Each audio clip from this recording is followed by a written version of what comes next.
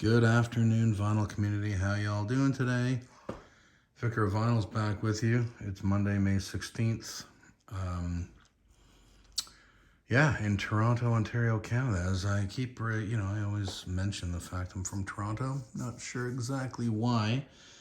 But I wanted to do a 5 Fresh Finds. I had some good luck recently. And I just wanted to come on and show you. There's there's more than 5 records actually, but I'm just, as usual, I'm just going to do 5. I went out for a dig about a week and a half ago, and came across these beauties. So starting with, I've taken these out of their sleeves, 4 of them out of their sleeves, because the 5th one I found a little earlier, and it's already cleaned. I haven't cleaned the first 4. This is Ian Hunter's Overnight Angels from 1977. I wanted to take it out because I wanted to, show the records as well. This particular place I go does these, whatever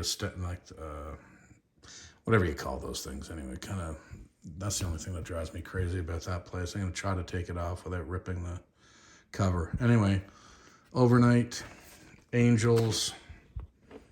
There's the inner fold out. Solid Ian Hunter record. I'm a big fan of Ian Hunter's Mott the Hoople and Ian Hunter's solo work. Really dig it. So I'm glad to have found this. This is actually I'll show you.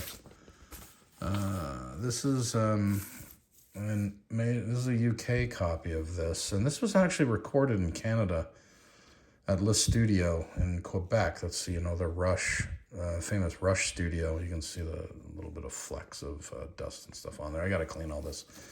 But this is a UK pressing. Considering it was, recorded in Canada, I wouldn't mind finding a Canadian pressing, which I've never come across. But anyway, this is the first of the 5 Fresh Finds, Ian Hunter's Overnight Angels from 1977. Who's on this, by the way? Earl Slick, that's who I wanted to mention. Yeah, Earl Slick on lead, rhythm, and slides. On slide guitars, Peter Oxendale on keyboards, Rob Rollinson bass, Dennis Elliott on drums. Really, really, I like it. And this was, I guess, the precursor to You're Never Alone with a Schizophrenic. So one of my faves. Anyway, that's the first of the 5 Fresh Finds, Ian Hunter. Pardon me, excuse me. So the next 3, pretty big finds for me. I got into this band later in life, meaning like late 90s, and I just have Grateful Dead on CD, so I'm just starting to find it on vinyl now. And I came across, so this is the debut, and all of them are pretty damn good shape too. This is not an OG.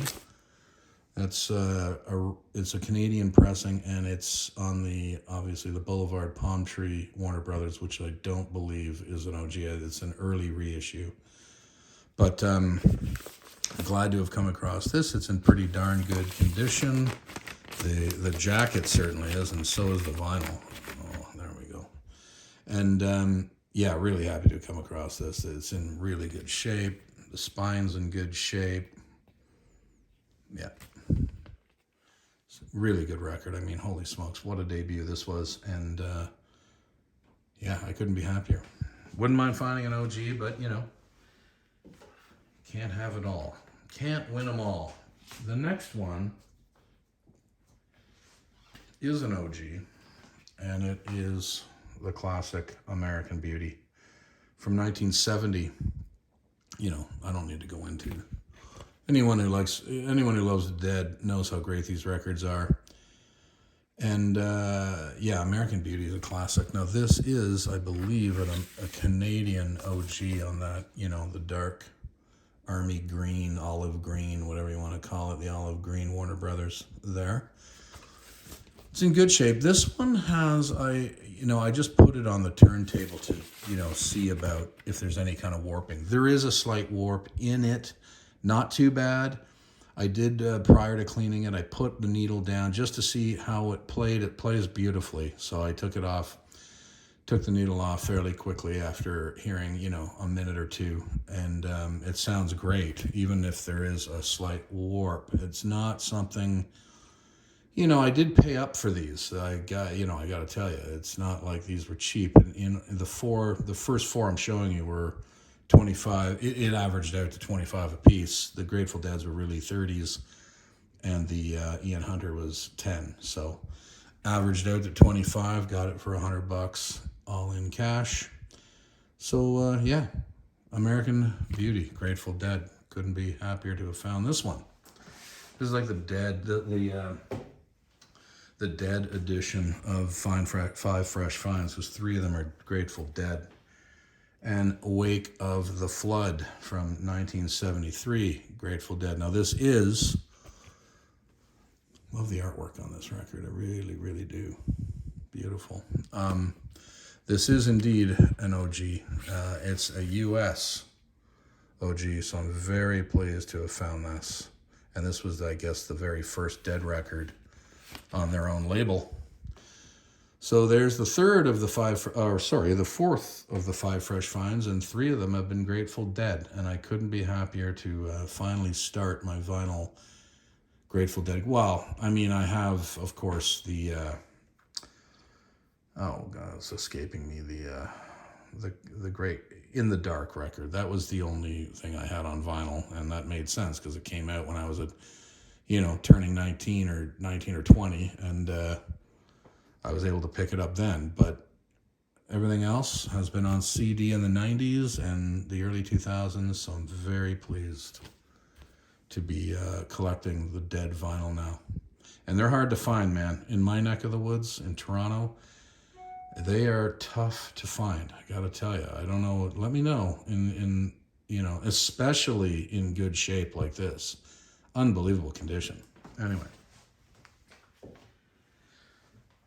Now my 5th one for today, I found on a different hunt, but I had to include it because Infidels from 1983 by Bob Dylan. What a phenomenal record. I've been playing this repeatedly. It's on repeat. I don't know how many times I've spun it. 6 or 7 times already since I bought it like 2 or 3 weeks ago. It's so fantastic. And I mean, I've probably only heard Jokerman off this, and everything else is new to me. And it's fantastic. And the Mark Knopfler, and I mean, the players on this, Alan Clark on keys, Sly Dunbar on drums, Clyde King's vocals on Union Sundown, Mark Knopfler, Robbie Shakespeare on bass, Robbie and Sly, the reggae duo, phenomenal rhythm section on this, Mick Taylor on guitar, Benmont Trench on keyboards. What? I mean, what a lineup. Mark Knopfler, you can hear Dire Straits' guitar in there, of course, because it's Mark, and you can just hear it. I can't believe I haven't heard this entire record until now. It's just stupendous. And I was reading up on it, and I recognized the fact that, the critics were split, as usual. I don't know how critics could have been, poo-pooing this record in 1980. Did I just say poo-poo? I did. I can't believe critics would have. It's just amazing. Sometimes I think, they have to say something negative because it's too good a record and everyone's going to be fawning over it. So some guys are like Robert Christgau, who, I love his, some of his writing back in the day was pretty amazing, the shots he took. But I just don't, it's front to back, fantastic. What a fantastic record. And it just came after, of course, his 3 religious records. But you can still hear in the lyrics on this record, evidence of, it's still going back to references of religion, and but the music is outstanding. Anyway, there's my 5 Fresh Finds for Monday, May 16th, 2022. Hope you're all doing great out there. Hope you have a great day, a great week. I hope to do another video this week. Vicar of Vinyl out of here.